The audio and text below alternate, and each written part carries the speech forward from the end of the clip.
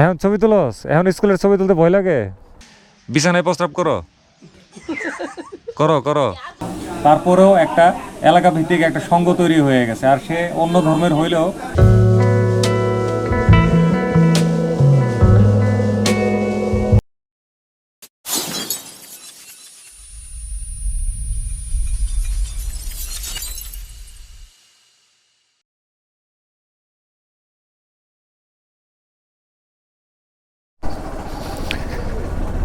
বের হয়ে গেছি কবরস্থান থেকে। সবাই মোনাজাত করলাম, দোয়া করলাম পৃথিবীর সমস্ত কবরবাসী যেন সুখে থাকে, শান্তিতে থাকে। উপরওয়ালা আল্লাহ যেন তাদেরকে বেহেশত নসিব করে, আর আমাদেরকেও যেন ভালো হয়ে চলার তৌফিক দান করেন। কবরস্থানে আসলে মন খুবই খুবই মানে এটা রিফ্রেশ হয়ে যায়, সব কিছু রিসেট হয় আর কি। অন্যরকম একটা ফিল কবরস্থান। কবরস্থানের সামনে দাঁড়াইলে মনে হয় আমি কে, আমার কি দাম আছে? কোনো দাম নাই।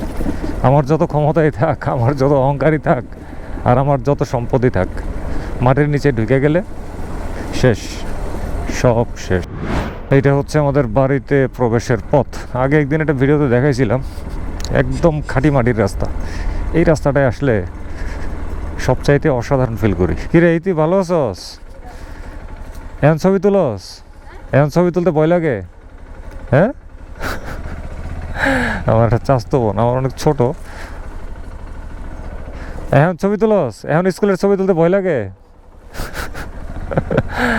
ও নাকি স্টুডিওতে স্কুলের ছবি তুলতে গেলে দৌড়ায় পালাই যেত, খুব লজ্জা পাইতো ছবি তুলতে। এটা জিজ্ঞাসা করলাম আর কি।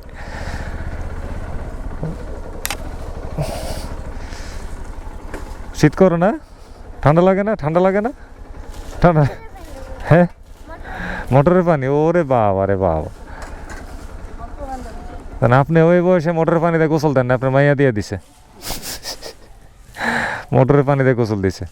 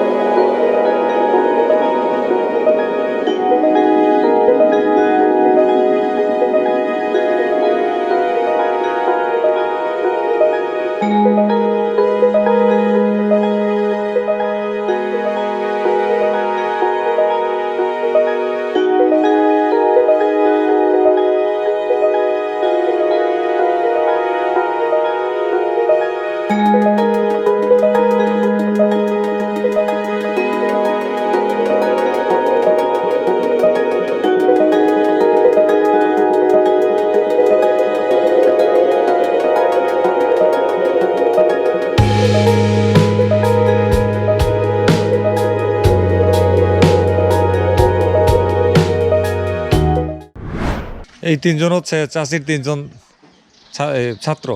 এই কি নাম, কি নাম, কি নাম?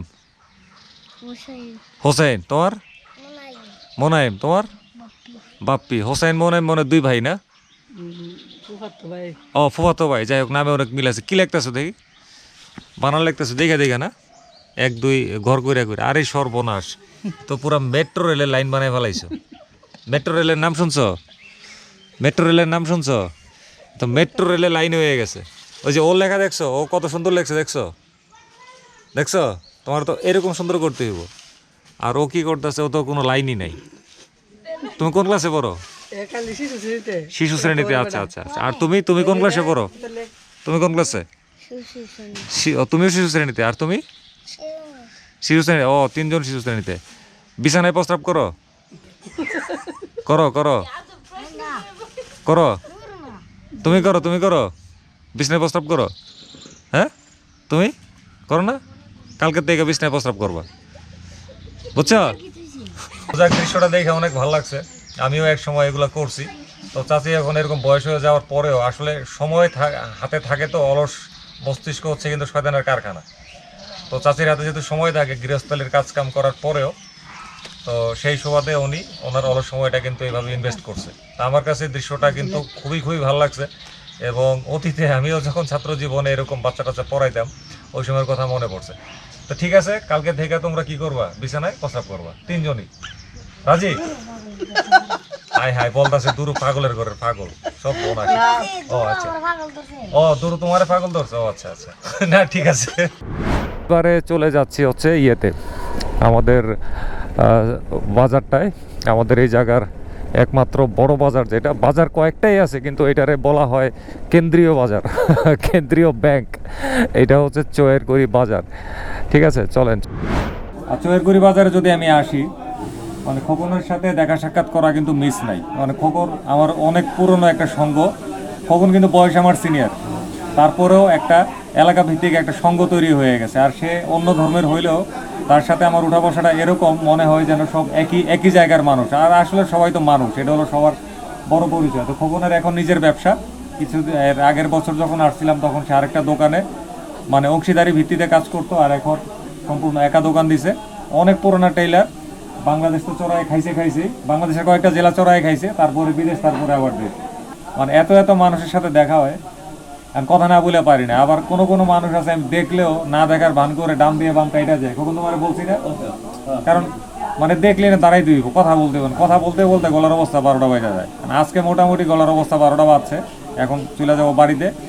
তারপরে বাড়িতে গিয়েও তো আরও কথাবার্তা আছে, চাচি, চাচা তো বোন, আরও কত কিছু। তো চলেন এবার ওইদিকে যাওয়া যায়। বাজার থেকে বাইরে হইলাম, ভাবছিলাম বেশিক্ষণ বসবো না, কিন্তু এর সাথে দেখা হয়, ওর সাথে দেখা হয়, অনেকদিন পরে অনেকে পাইছে, এটা জিজ্ঞেস করে ওটা জিজ্ঞেস করে, এগুলা করতে করতে কোন ফাঁকে 7:30 বাজে গেছে বলতেই পারি না। ওফ, মাথাটা ধরে গেছে।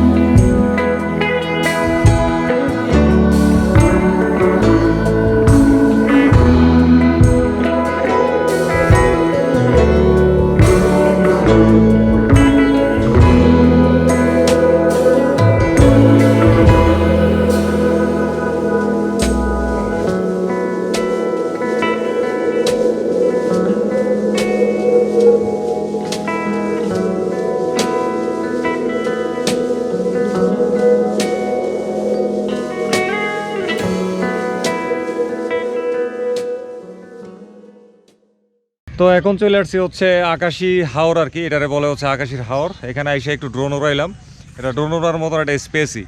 তো এখানে কিন্তু প্রচুর ফসল হয়, এক ফসল আর কি। বর্ষার সময় কিন্তু আমি যেখানে দাঁড়াইছি আমার মতন 8-10টারে দিলেও ঠাই পাওয়া যাবে না, এত পানি হয়। তো এটা হচ্ছে পুরোটাই আসলে বেরিবাদ এলাকা। এই যে এখানে স্ল্যাব ট্যাপ বিছানো, এই হচ্ছে ব্রিজ। তো লাস্টে যে বন্যাটা হয়েছে, এই বন্যায় এত ক্ষতিগ্রস্ত হয়েছে, এখন এই ব্রিজটা মানে নামের উপরে দাঁড়ায় আছে আর কি। এটার উপরে ওঠাও যায় না, কোনো যানবাহনও চলাফেরা করতে পারে না। আর বেরিবাদটা এইটার মধ্যে দিয়ে যাও টুকটাক কিছু যানবাহন চলাফেরা করতো, বন্যার পর একদম পুরো বন্ধ হয়ে গেছে, তাই না? আর খোকনটা নিয়ে আসছি, খোকন তো টেইলার, তার টেইলারিংয়ের কাজ করবো ফালায় আমি বলছি চলো এটা হাওরটা ঘুরে আসি, মজা লাগবে। আর এমনি খোকন চলে আসছে। মজা লাগছে কিনা বলো? মজা লাগছে। হাওরে আসলে কমন কমন কিছু জিনিস দেখা যায়, যেমন এইখানে একজন চাচা, উনি আসছে হচ্ছে ধান ক্ষেতের পরিচর্যা করে। চাচার হাতে যে মেশিনটা, এটারে কি মেশিন বলে? হুইটার। এটা দিয়ে চাচা কি জানি করেন, ভুলে গেছি। মানে হুইটার এটা দিয়ে কি করে? আগাছা সাফ করে, আগাছা নরম হয় আর কি, এরপরে হাত দিয়ে বাসা। মানে গ্রাম বাংলার প্রযুক্তি আর কি। এখন তো কত অটোমেশনের দিন চলে আসছে। আমার চাচা তো বোনটা, ও স্কুল থেকে এই যে রওনা দিয়ে দিছে, বাড়িতে যাচ্ছে, ওরা রাস্তায় পেয়ে গেছি। এই ইতি ওঠ ওঠ ওঠ ওঠ, ও ভয় পায়, ওঠ। এত ভয় পাস তুই উঠতে? আরে সর্বনাশ সর্বনাশ। বুঝছস? হ্যাঁ বুঝছস, খালি অন্যটা গুছাই রাখবি। তুই জানি কোন ক্লাসে? এইটে পড়স, এখন এত ভয় পাস? এই যে বাঙ্গায় পড়লাম, আবার লাভ মাইরে পড়ে যাস না ভয়ে? হ্যাঁ, এখন স্কুলের ছবি তুলস না, আবার শরম লাগে? হ্যাঁ, এখন শরম কাটছে? অনেক মানে লাজুক আর কি বেশি। কালকে ওর জীবনের প্রথম মোটর সাইকেলে উঠে বাজারে আনছিলাম আর কি, কিছু হাট বাজার করছি, তারপরে ওরে একটা গাড়িতে করে উঠাই দিছি। ওকে, ফাইনালি আইসা গেছি দাদার কাছে। লিটার কত কইরা নেন? কি ডিম? এটা বাজো, আমি খামো, বাজো।